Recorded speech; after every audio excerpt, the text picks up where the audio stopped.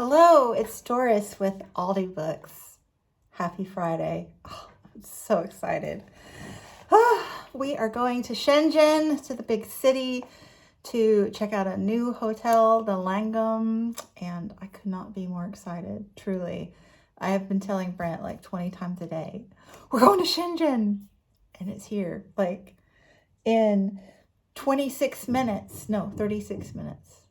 Yeah, 36 minutes. We're going, we're leaving. And I still haven't packed. But first, a Friday Reads video. I apologize in advance if you hear, the building moaning around me. I believe there's some construction going on upstairs. So what can you do? I have finished another book. This is my second book for November. I know. Sing Like Fish, How Sound Rules Life Underwater by Amarina Kingdon. This was just fabulous. So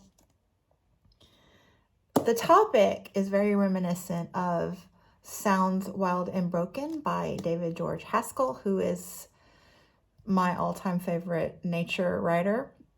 So that book dealt with this idea of unwelt, which was a new word to me, but I love it now. Unwelt is how living things experience the world through a variety of senses. So Sounds Wild and Broken was not just sounds, but different ways that living things experience the world. This one focuses specifically on sound underwater. And, the first several chapters are about the actual mechanics of that, how different living things, their sound systems actually work. And it's not just ears like we have, but, different sensory organs to feel the vibrations of sound. And about how sound travels differently through water than it does air. There's a little bit of physics going on here along with the biology. And then she transitions to communication and a variety of experiments dealing with how animals communicate and what that looks like with them. And then obviously she's going to transition into climate change and how the animals are being affected through their sense of hearing because of climate change. But very interesting book. Highly recommend it if you're interested in, nature, especially the oceans. Very much enjoyed this. That Heidi from My Reading Life recommended to me. And then I have the same stack of books that I've been working on for, I feel like it's been weeks now. Maybe just a couple weeks. Yeah. So The Demon of Unrest by Erik Larson. This is a saga of hubris, heartbreak, and heroism at the dawn of the Civil War. And there's where I am. So much farther than it looks because there's a lot of notes here. But I'm buddy reading this with Heidi and Patrice and Karen. And the thing I wanted to mention new this week is that the AP history teacher at my school has gotten the book and is using it in his course now. Thanks to me telling him about it, I'm absolutely delighted. So this week he just got it and he's already using a few excerpts to teach about the role that chivalry played in the Civil War in the American South. So yes, I love it. And then Heidi and I are reading Polio, An American Story, the crusade that mobilized the nation against the 20th century's most feared disease by David M. Moshinsky. Pulitzer Prize winter. That's where we are. I kind of thought that I might, actually that's all I have left, that I might finish this week, but alas, no. But maybe this weekend I'm doing a mid-month book bash redo. So I think I'm going to have some finishes this weekend. This is fabulous. Absolutely brilliant. It's combining, the medical race and the disease itself, plus the politics and the culture of the time and technology back during the 50s, society. So much going on in this book centered around the polio epidemic. And then these two, so The Book of Delights by Ross Gay, these are just tiny little essays. For example, this one's only a 2-pager. Just quirky things he's observed and his reactions to them. And I'm reading it very slowly and enjoying that process. And then Never Whistle at Night, an Indigenous dark fiction anthology, edited by Shane Hawk and Theodore C. Van Alst Jr. So these are horror stories, spooky stories, centered around the Indigenous community in the Americas.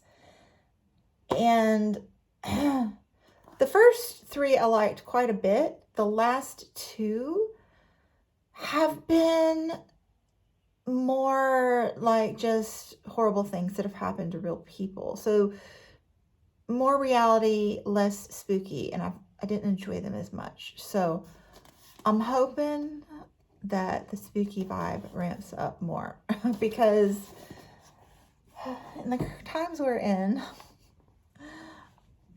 I'm needing a little less of a dose of reality. I'm sure you all know what I'm talking about. It's not the time. It's not the time for reality right now because reality is a lot. So I did want to mention that I have added a couple more books to my digital TBR for November. So I added The Very Secret Society of Irregular Witches by Sangu Mandana. This one I have just seen all over the place. People like 4 stars, 5 stars, happy with it.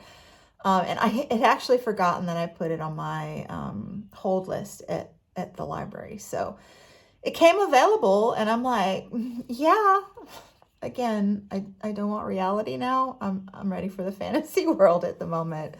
So I requested it. I mean, I'd already requested it. I accepted it and started reading it and was immediately sucked in.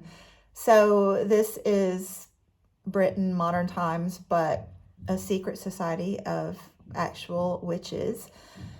If you don't like fantasy, I would still suggest, like, if you like cozy, mild romance, little family found community type books, I would still suggest that you give this a little bit of a try because the fantasy is woven into reality. So it's, I think, very tolerable, even if you don't like fantasy. But, if you don't like fantasy at all, it is fantasy, but it's just delightful. So it centers around this secret society. Witches are not supposed to hang out together because, bad things happen when too much magic, bumps around together. So the society only meets like once every 3 months in a secret place. But our main character here, Milka Moon, she gets recruited. She's running an online witch website, but it's fantasy. Her website is fantasy. But somebody sees her and requests her to tutor his 3 children, 3 adopted little witchy girls that are all living together at Nowhere House. And so it's him and his husband and their housekeeper, and there's a bird. Obviously there's a bird. Sorry. And who else? Oh, and the homeowner's adopted sort of son, pseudo son. Anyway, found family here. Just so cozy and lovely and sweet, but but not too sweet at all. Pure cinnamon bun material, as Greg and I like to say. Highly recommend. I'm only like almost halfway through, but I'm still loving it. So stay tuned. And then I have picked up Anne of Green Gables by L.M. Montgomery. I adored these as a child. Adored them. I got the box set for Christmas. And also Emily of New Moon. I had 2 of those and loved them. And I've read them several times, as one did back in the day. Even as an adult, I'm pretty sure I've read Anne of Green Gables in my 20s or 30s. I don't remember, but lovely, lovely, lovely.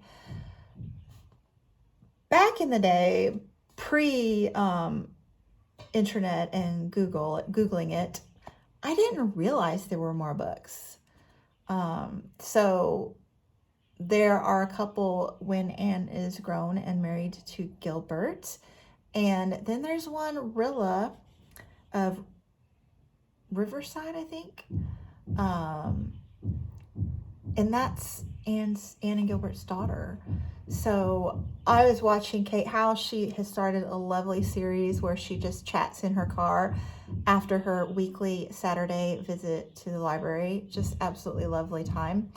And she was talking about, these books that have such a positive, joy-filled outlook on life, even in the midst of sorrow and strife, and how necessary that is in life. So I picked it up and the doorbell rang, so I gotta go get it. Thanks so much for watching.